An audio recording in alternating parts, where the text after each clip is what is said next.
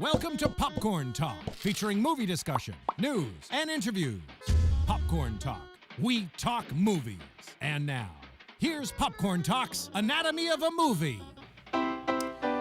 Yes, welcome to the Retro Anatomy of a Movie, where we, the three of us here, take a movie that we should have seen at some point in our lives, but we haven't, and we take a look at it for the first time, and we pass the knowledge on to each and every one of you. This week, joined by myself, Christian Bladt, is joined by the wonderful, the talented, the happiest of Cappiists. The nicest thing Christian has ever said to me. Don't get used to it, but... I am here, Alexa Cappiello. Woo! And also, I forget now what I called you, lovely, talented, all those things. Also true about Rachel Menounos Cookie, also known as Rachel Goodman, Rachel Radner. Rachel the author. Rachel liked Last Jedi more than I did, but so did everybody. Or maybe not. Rachel, hi. Hi, I'm here. Rachel Goodman. That's who we go with, right? That's the appropriate branding. That is my name. And in the booth, Mr. Ryan J. Nielsen. Ryan. Hello. Excited to talk about Invisible Man. Now, Ryan, have you seen Invisible Man? I have not seen Invisible Man. There's going to be some spoilers from 1933. That's completely fine, because I'm really excited to see the new one coming out this Friday. Yeah. And I was going to mention that's why we chose this one, because there is a new... Invisible. Okay, so Wait, it's is that okay a to song? use music sometimes? Oh, That was some Queen Invisible Man for you. that Thank looks like Reservoir Dogs. Yeah, they're very inspired by that. Yeah. Great movie. Nobody looks better in a suit than Brian May. Anyway, we've got The Invisible Man, the original from 1933, that ties into the 2020 version that'll be starring Elizabeth Moss. I think this one's a little different. Yeah. Just slightly. Just a little bit. Yeah. But, go ahead. What were you going to say, Rachel? No, just that the Invisible Man that's coming out seems to be more centered around the Me Too movement and more about the psychological effects that somebody, first of all, beyond the grave has on a person still living, and how a kind of a stalker, egomaniac boyfriend can affect a person. So this was a little bit different. It was a little bit different. And why do you think, Rachel, that you had not seen this movie up until this point in your life? That's a really good question, because a long time ago I had read the book. So I just don't... felt like you knew the story. I felt like I knew it, and felt like, honestly, maybe it was because certain movies, like, I enjoy horror, but I also get very scared by horror. Not that I'd consider this to be a horror film per se, but It is, though. It's got some scares, and it's got Some death. a Lots of death. lot more death than I expected. A lot in of all death. honesty. Yeah. Very rarely do you think a movie from 1933, the title character is just an outright murderer. Yeah. And a very important thing about this movie, by the way, is that it's pre-code. It's before the Hays Code. Yeah. So somehow it passed that. The fact that he's he's not a good guy. I would say he's a villain. Yeah. And the movie's about him, and I think we're supposed to like him. I don't know that I ever come around to him. We're supposed to kind of like him because he's doing this for his fiance, like out of love for her and like wanting to be or give her a better life or whatever. But in reality, what you're really suggesting is, just to murder a lot of people for the greater good. Like it's very Thanos of it. I agreed. And look, it's a lot different than Kevin Bacon in Hollow Man, what he decided to be up to when he was invisible. So it just depends on what you do. Invisible power. Basically, he wants to sell this idea, like this brilliant nugget of an idea, this potion that makes you invisible to whatever country will take it and then reap the benefits of that. I mean, if you could have an invisible army, it would be pretty cool. It would be. Yeah. I mean, I don't. I think about the money that you would save on uniforms. First of all, until they go incognito and they end up having a and Yeah. a prize. It's just a terrible idea. and there's also the It's a bad problem idea. if is there going to be snow? Yeah, we can't use the invisible army. No, they're that's gonna be a done. problem. Is it raining? Yeah. Yeah. Again, is there smog in the air? Yeah, that's going to also be a problem. Now, I do want to point out, I know we're like laughing and everything right now, but just on a more somber note, the first thing that went through my mind watching this, the year 1933 is also the year that Hitler ended up taking power in Germany. So one of the parallels that I instantly went to is that they were trying to show corruption and greed and what someone who is domineering and evil and foul in every way could be like. Obviously, they did not, like, World War II had not yet happened. There was no world war at this point, but I just found it very interesting that this would be one of the major grossing movies of that year. Yeah, I mean, at this point, Yeah. certainly in American history, we were not very interested in what was going on anywhere outside of our borders. So, there wasn't even really, didn't seem problematic in Germany. We're like, we already had the Great War. And we took care of old Jerry. We took care of the Germans, so we don't have to worry about it anymore. Also, let's keep in mind that this is also before. I think this is actually the year that Prohibition gets repealed. So it's a very different time. The book was written in 1895, and I actually thought when the movie started that it was set in that time period. And then I saw the first card, and I was like, okay, so no, I guess it's just 1933. Feels like the late 19th century when you're watching it in 2020. It felt pretty old. I mean, I guess when there was a telephone, I should have realized that it wasn't actually 1895. But. And I mean, I think it was the acting too, and the way that the British. Not that, okay, so I think that it's not so much that they obviously were in a film with English actors, but there was a certain tone that actors used in this time period when they were in films, especially seeing a guy like Claude Rains. So it did age it for me. Who has a voice like butter, by the way? I mean, it's a pretty great voice. What a great voice. It was interesting too because I know him from Casablanca. Yeah. So seeing him so much younger at the very end was... He is a lot younger, you're right. He was. It's 12 years earlier, maybe. This was one of his first movies. Right. I think Casablanca was 42, something like that. So yeah. 9. Yeah. I just did that math. Thank you. You're welcome. But no, he is much younger, even though you don't see him until the very end. But I think it's interesting. And let's talk a little bit about the cast. Gloria Stewart, I think, suffers from what the conventions were expected for actresses of this time. Remember, you didn't have sound in your film for very long at this point. The talkies, they all kind of talked the same way, and you're like, no one could have ever possibly talked like that. But yet everyone in movies does.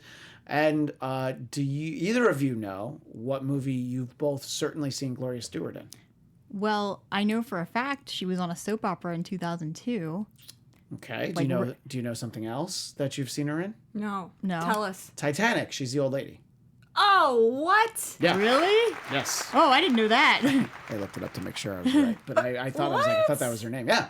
The old lady had to be somebody. Well, I mean, because when I looked up her filmography, she had done a ton. Yeah. And it wasn't even only in the 30s. It was up until, close to when she had passed away. Gloria Stewart being the girlfriend? Yeah, Flora. Yeah, Flora. Who I really feel like didn't have much of a role in this to begin with. So she was all right. She was just like... Yeah, it was just like, well, you can calm him down. Yeah. And by the way, not really. Not really. Not very effective. No, she was just a pawn. Yeah, it's basically she's the only person he didn't want to murder. Yeah. The only one. The only Literally one. Humanized the only one. him just a little bit. But barely. Barely, though. Yeah. And go ahead. Yeah, the big thing with her too, the way that I saw him with her, it did. I hoped that this would be the moment that we could see some kind of redemption, and that maybe it would actually be the monocaine, and we could argue, okay, well, he's only acting like this because of what the drug did to his brain. We don't know, though, if he was really already going crazy or if this was a byproduct of the drug, number one. But number two, I just wanted to make a comment about her and the Flora character and how it annoyed me that she pretty much cried in every scene. Yeah, and she was... I mean, look, women be crying. I think that's a takeaway from you. But to be fair, there is actually kind of a lot to cry about when your fiance turns invisible.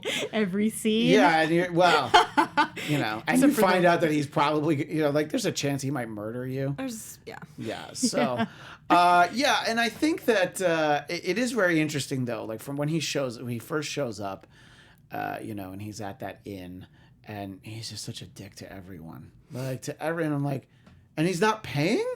Like what, you know? And I mean, obviously, we have the advent that we know that, you know, he's the Invisible Man, but I can imagine like audience like, well, this fellow's dressed rather odd. I wonder what his story is, you know, when you haven't read it. Well, I'm sure they knew already based upon the fact that I'm sure it's like for instance, if we go to you know, see a movie and we have heard it's based on a book, I'm sure they understood that much, that it was about an invisible man.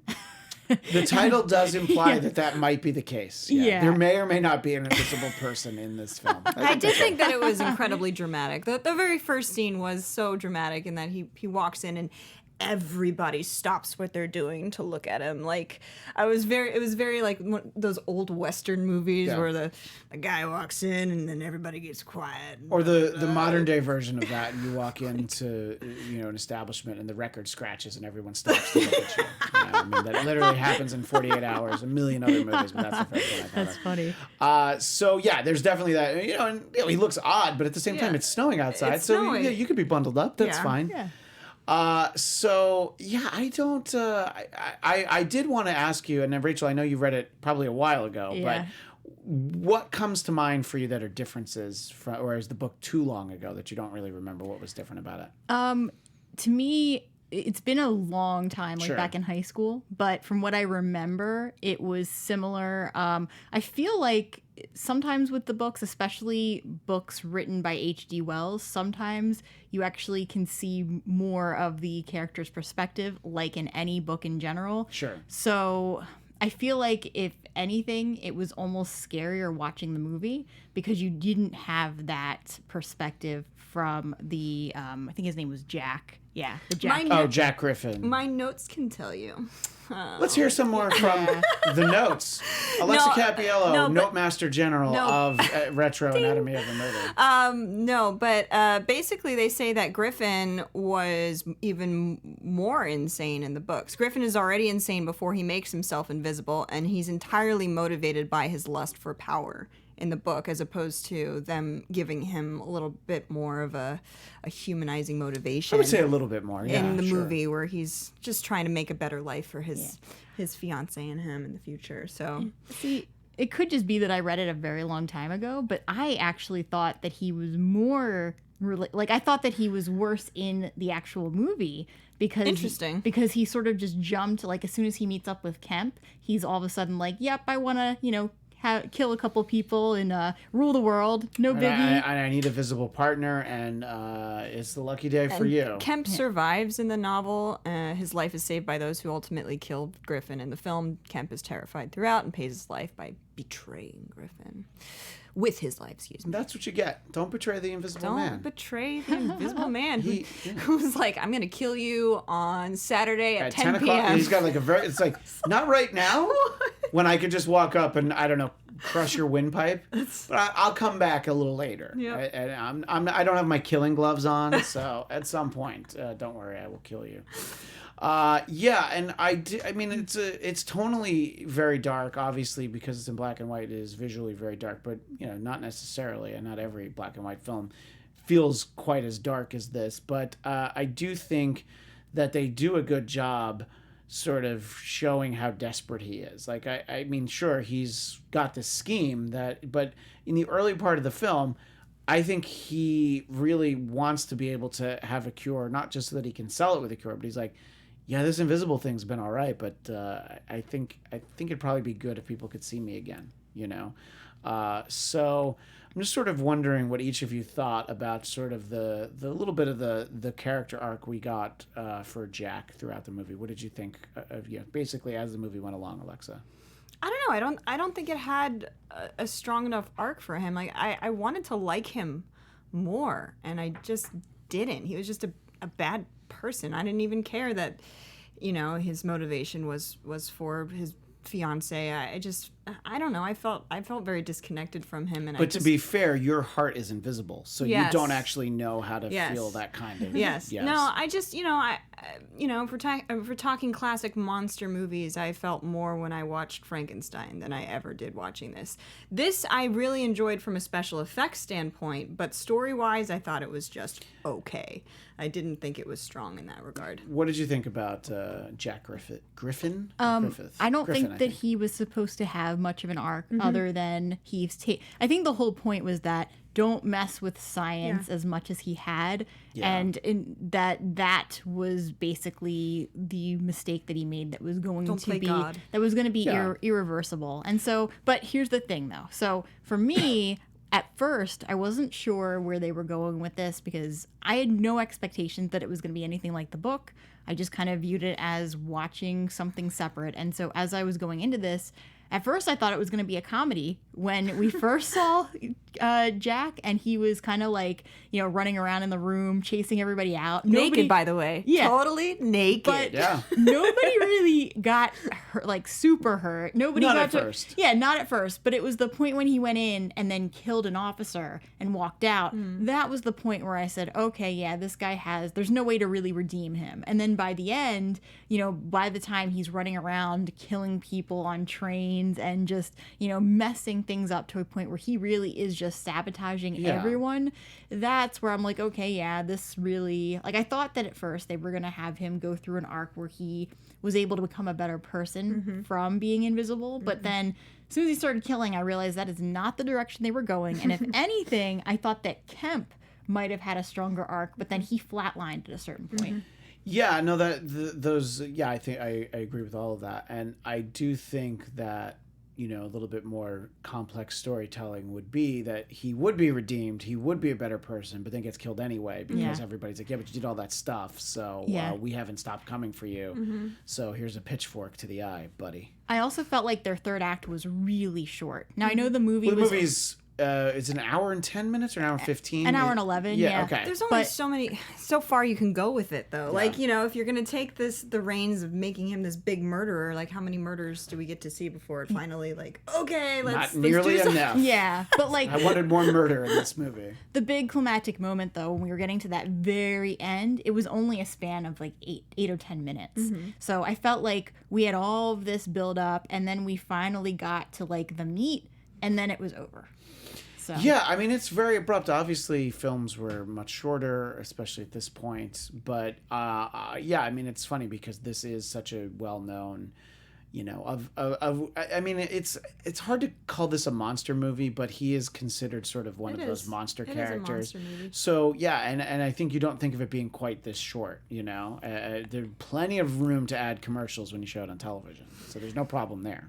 I actually thought it was one of the first superhero movies in the sense that there's a guy, unlike, not too dissimilar from, other superheroes we know or villains who accidentally drop in some chemical or they take a medication, and so suddenly he became this evil, corrupt person from messing with a chemical. And everything that ensued was, it felt very formulaic to me and reminiscent of a superhero film. I wish that they had, instead of blowing this up into like these big murder scenes, had taken more time to make it more of like a suspenseful, like given them a suspenseful scene, like where he's creeping up on people more and like doing things here and there, and like you can't see him, so it's really scary. It's really scary when you can't see the villain. We know that from Jaws.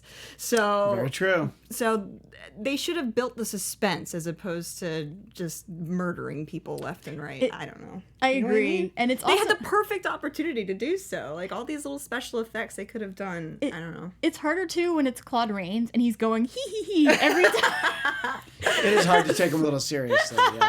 Yeah. You're making the point that sort of one of the takeaways of this story is that we shouldn't really mess with science to this degree, and I'm glad that in the 80 plus years since this movie, we have clearly heeded that, and we as a society do not mess with science at all. No way. We haven't cloned any sheep. No. We haven't invented breeds of dogs. We haven't figured out a way to make a tomato without seeds in it. We didn't do any of that stuff. So thank God that we learned the lesson that we should not play God and we should not mess around with the dark arts of science. So I think that it's you can see why this movie is important in a lot of ways. Like from a filmmaking standpoint, you're like, oh yeah, I mean, just sort of visually, I mean, they clearly spent money on it, whatever a big budget was in that point. And I think Alexa Cappiello, 300,000, I think. And it made over 328,000. I mean, you can't make a McDonald's commercial for $300,000. It's 71 minutes, and it was released in 1933. Wow. Yeah. Now you were talking about the effects. Yeah, the special effects. I have read a little bit about this, but I find it fascinating how they did it, because now you could do the Invisible Man. We have a room in this building. I could go wear a green shirt in front of the green screen, and it would be very easy. That's partially why I feel like this remake is not going to be good. I mean, I'm glad that they're, the Me Too movement. I'm glad that they're like incorporating these things into this, old Take film. that microphone. Smack. Wait, did you do that, or did Claude Rains hit your microphone? But it's just not the same. I think that this movie was made in 1933 for a reason, and the special effects, in my opinion, it wasn't about the story. I mean, you could take away certain things from the story, yes, but I think what really makes this film special are the special effects, what they were able to achieve back then. Because if they weren't special, they would just be effects. Right, correct. The cigarette scene where he's... I did like that. That was actually. cool. I'm like, I mean, like, I can obviously see that that's not in the scene right here, but... And then when they did it in the video we'll talk about that. Okay. Yeah. I sort of want to talk about this film, and then we'll talk about invisible characters thereafter. But yes, we're going to tease that forward. Yes. Yeah. Yeah. When Claude Rains had to take his clothes off, the effect was achieved by shooting Claude Rains in a completely black velvet suit against a black velvet background, and then combining the shot with another shot, and the location of the scene took place using a matte process. Claude Rains was actually claustrophobic, so it was hard for him to breathe in the suit. Which is great casting, like in The Wizard of Oz when the original Tin Man was allergic to the Tin Man makeup. Yeah. And I was like, oh yeah, we should have looked into that before. The work was difficult, and so they had a double who was somewhat shorter than Rains, but was sometimes used. Well, if you're invisible, I guess it doesn't really matter how tall you are. It's great for continuity. Like, just make sure that he matches. Okay, so you mean the floating cigarette? Yeah, we got that. Yeah. I mean, it's just insane what they were able to accomplish back then. And honestly, I would have preferred watching a behind the scenes about how they were able to do the special effects than the film itself. I'm glad I watched it. No, I mean, it's not without, first of all, it's not without entertainment value, and historically there's a lot to be taken away from it. But yeah, I agree that like seeing how they were able to pull that off, I mean, that just seems so counterintuitive, like the black velvet suit. I know. And just, I mean, but when you think about like what they were doing with film, I mean, it's like, I think in King Kong, they actually would scratch the negative to kind of get the look of like lightning or that era. And I think King Kong is maybe the same year as this. If not, it's right around 1933. So it's just they did whatever they could think of, and it's just like, yeah, great, let's use this black velvet suit. Yeah, well, and then also when he had his clothes on, they used wires basically. Yeah. That's like so cool. They like hung it up by wires, and they moved it with wire. And then I was wondering how they did the opening and closing of doors and all that stuff. I don't know. It's probably not that difficult, but I was just like, oh. Yeah, it's probably like a like a stagehand with a very large stick. I mean, I'm almost wondering too, like, for example, with the floating books. Yeah. I'm wondering if, obviously it wasn't, I didn't see a string, and sometimes with movies like this, you can tell. Yeah. I'm almost wondering if for some of the effects, what they did was they filmed it with someone carrying it, and then they filmed another shot with no one in it at all, and then just kind of clipped the two, the film together to give it that effect. But that would be, There is a mistake though. At the very end, you know, when you see him walking through the snow. Oh yeah. It should be footprints, but because he can't wear shoes. like bare footprints. Yeah. But they're shoe prints. Yeah, which because he can't wear clothes. Right. Yeah, I did read that. I did think it was a cool effect though, even though they did get it wrong that they did it with shoes. I did like the idea that. What if he made his shoes invisible too? And whatever he was wearing is always going to be on him. That's a bit of a workaround that they used for invisible characters.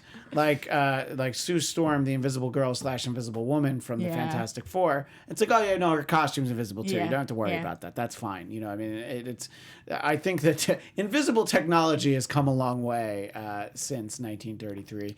But I did think some of that stuff looked cool. It is interesting how they were able to figure out. It's like, well, we're going to just build this big wall, and we're going to put all this stuff at the top, and then we're going to see him, and then thank God that it snowed that day. Because I do have to say that it took me out of the story when he's sleeping on the hay and he's sleeping. Wow. I'm like, really? That's how the Invisible Man sleeps? Wow. It was so loud. And I was just like, all right. I think that, you can look at it how long ago that movie was, but really, like, that's how they're having him sleep. Yep. That and the fact that it was so... I think he's snoring in me pod. I heard him. And I was like, yeah, of course you heard him. He was louder than anything else in the film. James Whale does come from a theatrical background. Yeah. So. Well, that might fly in the theater, but not in the movie theater. What were we going to say? No, just that it's also awkward for me watching Kemp and the other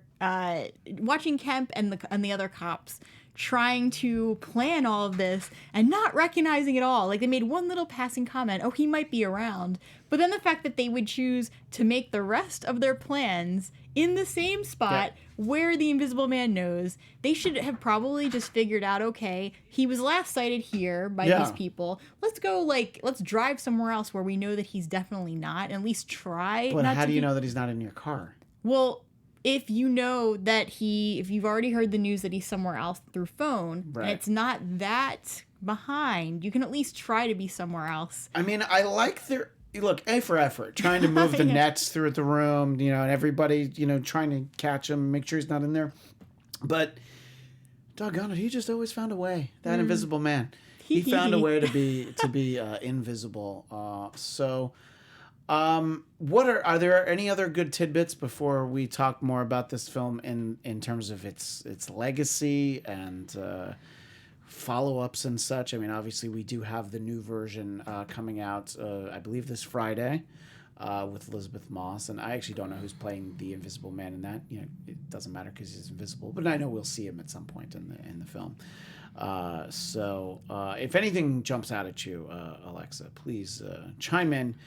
Really, at any time. Well, I mean, you guys know... Not now! No, at any time. The director, James Whale, also did Frankenstein and Bride of Frankenstein, and he was openly gay, which back in the day was very obviously taboo. But a lot of historians believe that Bride of Frankenstein was just basically a commentary on...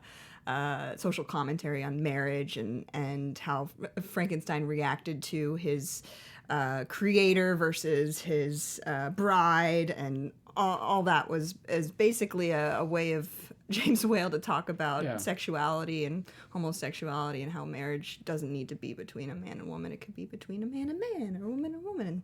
An invisible man and a wolf man. Yeah. There's no, I mean, why should the Universal monsters not have the same rights as everyone else? Yeah. The only other thing I want to mention too is the production. So it was by Carl Laemmle Jr., who was actually, his father was Carl Laemmle, who founded Universal Studios. Mm-hmm. And his son, the junior, took over and pretty much he took over until I think it was 1928. after his father had passed away. Well, if only I knew somebody who worked at Universal Studios who might know something about him. Yeah, Carl Laemmle. Who is that guy? I do. I work at Universal. I'm a tour guide over there, so we get Carl Laemmle, jammed into our brains. I've been to his movie theaters, so there's one right down the street. So there, do you talk about the foundings or? Yeah, of course. We do mention it on our tours, Carl Laemmle and his legacy and all that. So of course. It's a big deal. So this is from the IMDb page for the movie, but I did want to share that the first time Claude Rains' daughter ever saw her father, in a movie was in 1950. He took her to a showing of The Invisible Man in a small Pennsylvania theater. Shout out for you, Rachel. Which one? While the movie was playing, he kept telling her about how he made the movie. So everyone stopped watching the movie and just paid attention to Claude Rains talking about how they made the movie. So if you had been in that theater in 1950, you could have found out about the behind the scenes, Alexa.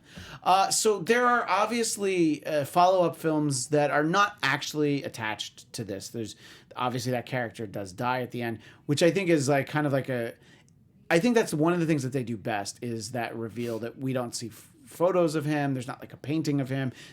We don't actually, I mean, yes, if you know what Claude Rains looks like, sure, but you don't see him until the very end. And I think that that's kind of like a cool reveal. I also wonder how annoying it would be if you never actually got to see him. It's like, and now he's dead. He was, here's a good fun fact. He was supposed to be Boris Karloff, or Boris Karloff was supposed to play the Invisible Man.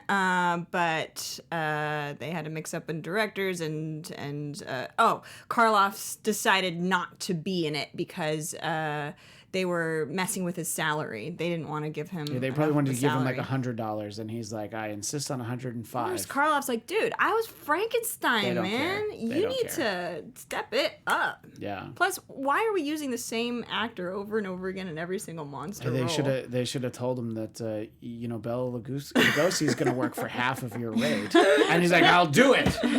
But there's Invisible Man appears with I think that's the one with Vincent Price. There's no shortage of Invisible Man movies.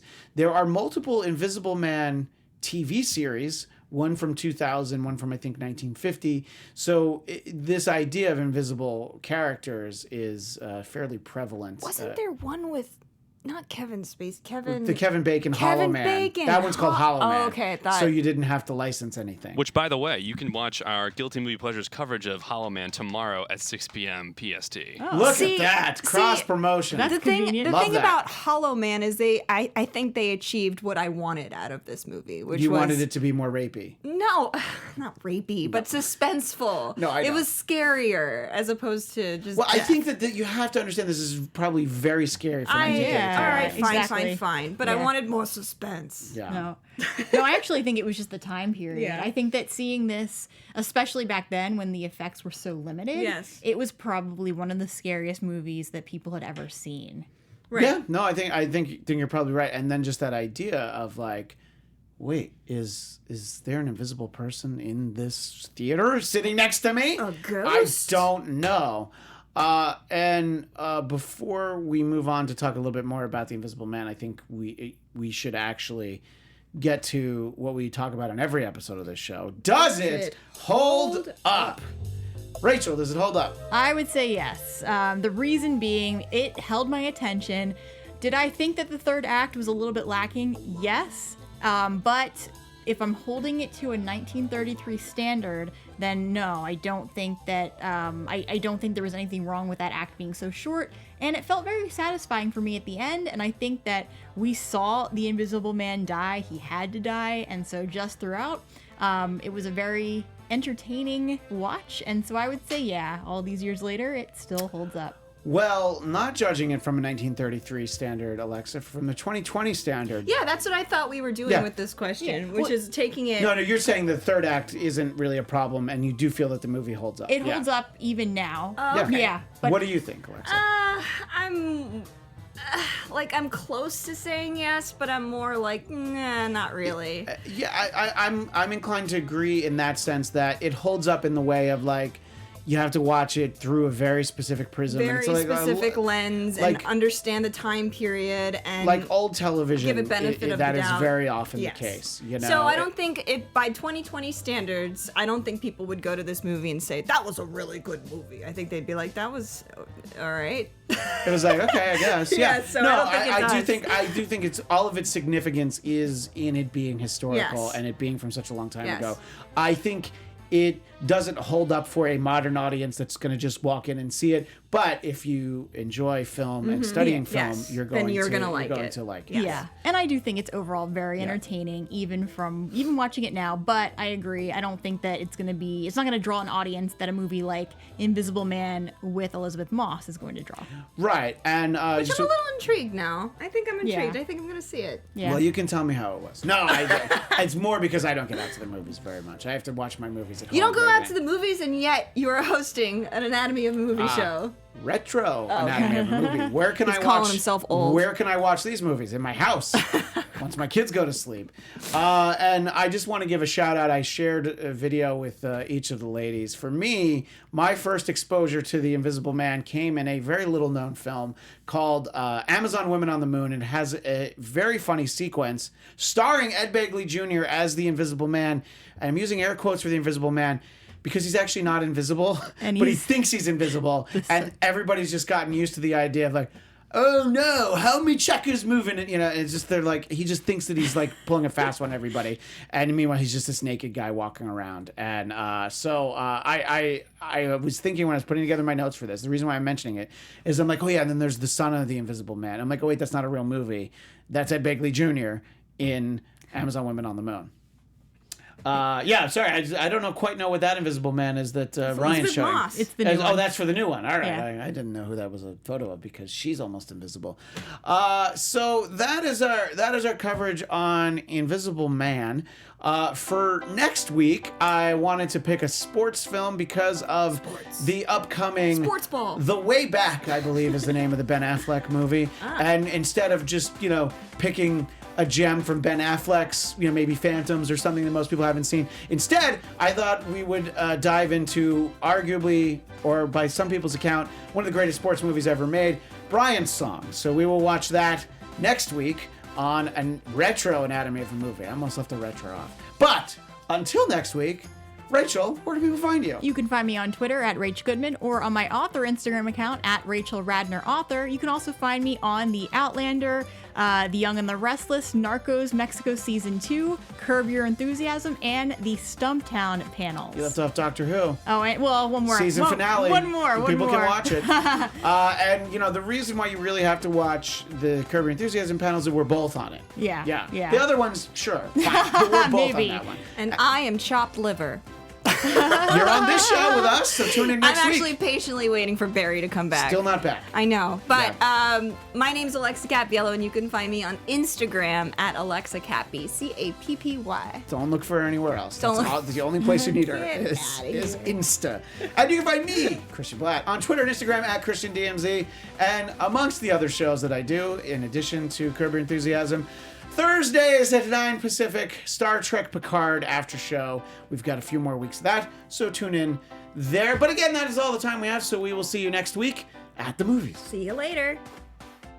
From producers Maria Menounos, Kevin Undergaro, and the entire Popcorn Talk Network, we would like to thank you for tuning in. For questions or comments, be sure to visit popcorntalk.com. I'm Sir Richard Wentworth, and this has been a presentation of the Popcorn Talk Network. The views expressed herein are those of the hosts only and do not necessarily reflect the views of the Popcorn Talk Network or its owners.